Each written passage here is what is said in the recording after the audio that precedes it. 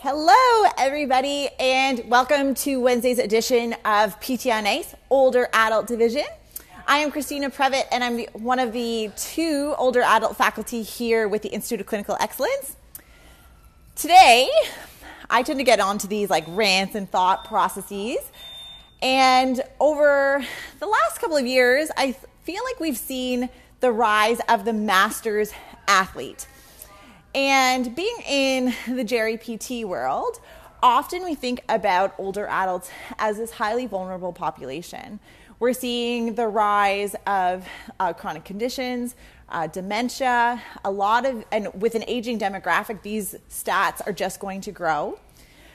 But I think that it's also interesting that as much as we're seeing the rise in these chronic conditions, we're also seeing the rise of this group of individuals who is hoping to still be lifelong exercisers and lifelong athletes. And so as much as I'm seeing a lot of vulnerable individuals, I also have a 71-year-old tennis player on my caseload. I have a 73-year-old CrossFitter. I have an 84-year-old pretty competitive pickleballer, and I have an 85-year-old who's trying to get back to pretty competitive bowling. And so as I started thinking about this, when we think about masters athletics, often we started thinking about, in that 30-plus age category. But when I think about masters athletics, I'm thinking about the fact that the most records that are being broken in things like half marathons and marathon running is in the 50s, 60s, and 70 age group categories. So we're seeing this rise of individuals who are 50, 60, 70, 80, 90, 100, who are still competing in competitive sport.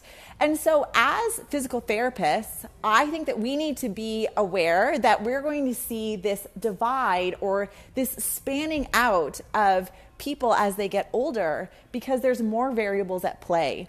And as much as we need to be able to treat the person with large amounts of comorbidities, and we need to see people who, are on those clinical geriatric syndromes that are sarcopenic or have frailty, all those type of things, we also need to be able to treat on the other side of the spectrum. So people who, want to still compete in track and field at 93.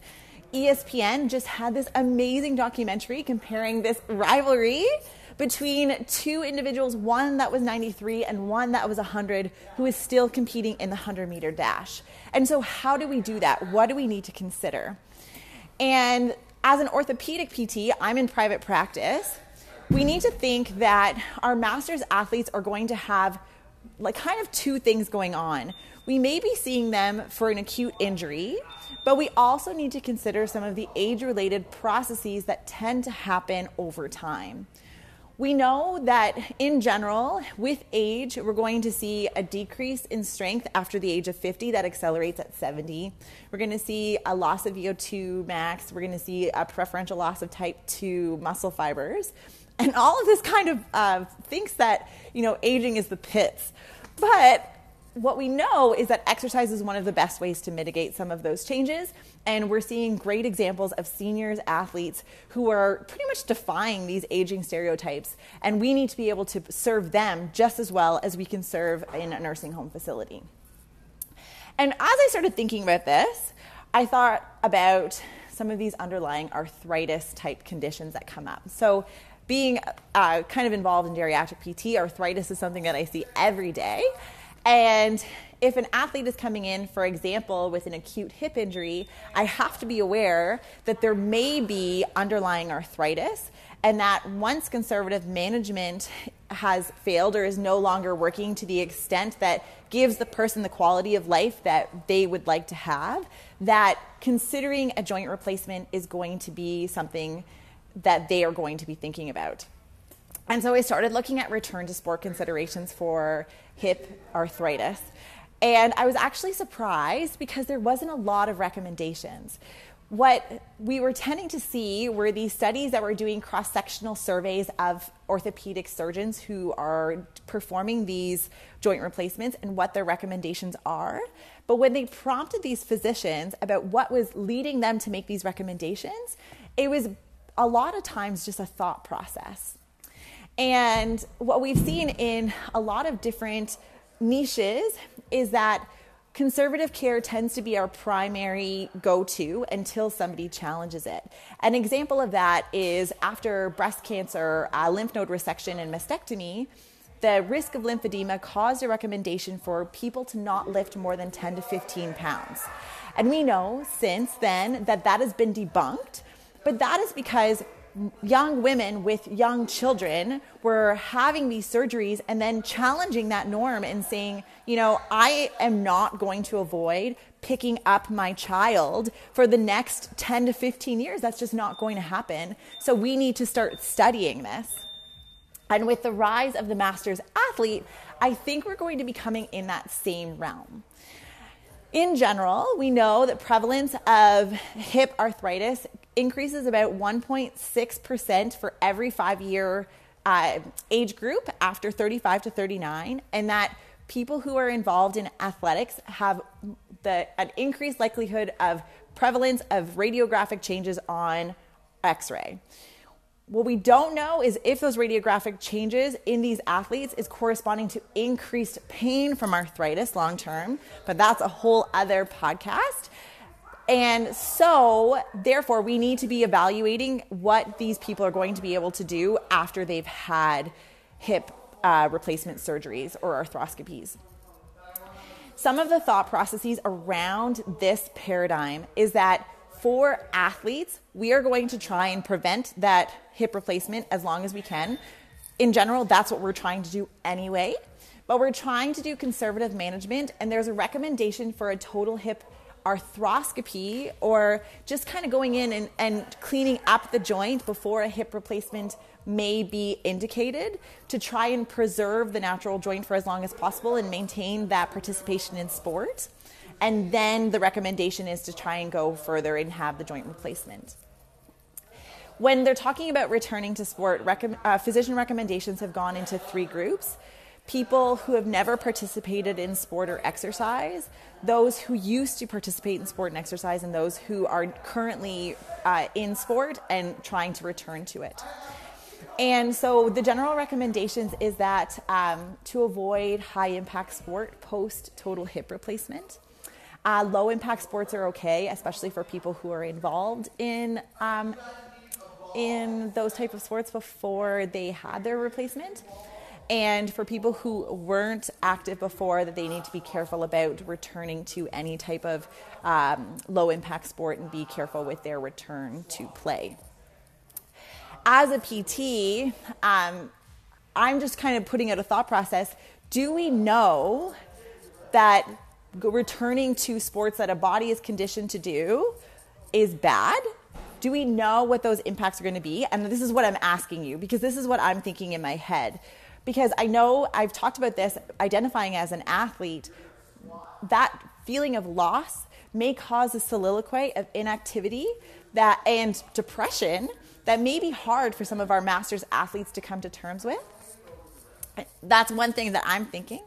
And then the other thing that I'm thinking about is how to best serve these clients. So if high impact sports may not be indicated, how can we help transition these athletes from potentially a high impact sport to a low impact sport? How can we make sure that they are going back to a level of function that for them makes them happy? Oftentimes our indications of successful replacement or a successful hip replacement is being able to go upstairs, being able to do those basic ADLs and IADLs, which for these masters athletes would not be okay. That is not what they think of as successful day-to-day life. And so what are we going to do for that? So I think that, I've talked about how we're working with my older clients. It's essentially the same thing as working with an athlete, but we have a more complex medical history that we're considering. So what are some of the hip strengthening movements that we can do to try and return these athletes? And I think that there is a call for us to be evaluating some of these outcomes in masters athletes, because I'm sure that you're going to find somebody who has had a hip replacement, who has ignored physician recommendations, and has continued to participate in high impact sport. And what does that mean? When I'm looking with a masters athlete, the one thing that I want to leave you guys with is there was a cross-sectional study that looked at people who were masters athletes before going back to sport, and what was the reason why they were either continuing to participate in sport or no longer participating. And they showed that a lot of people after hip replacement who are very active before their replacement were no longer active after. And the biggest reasons for that were two. One, so for half of individuals, they pretty much stopped participating in exercise. One of the reasons was fear of damage of the artificial joint. And the second one was physician recommendation. And that whether that be because the physician recommended things that they just didn't like doing, and so they stopped doing everything altogether, I'm not really sure about what that means. But now we have individuals who have this artificial joint, but are now no longer active. And now we're going into that soliloquy of inactivity and sedentary behavior that for some of our older clients in particular can be particularly damaging. And so that's something that I want to leave you with. If we are talking about potentially doing a revision down the road because people are continuing to participate in high impact sport, but they're continuing to be active for the next 10 to 15 years, is that worse than having a person having a joint replacement and then not being active because of that fear of ruining that joint? Which one's worse?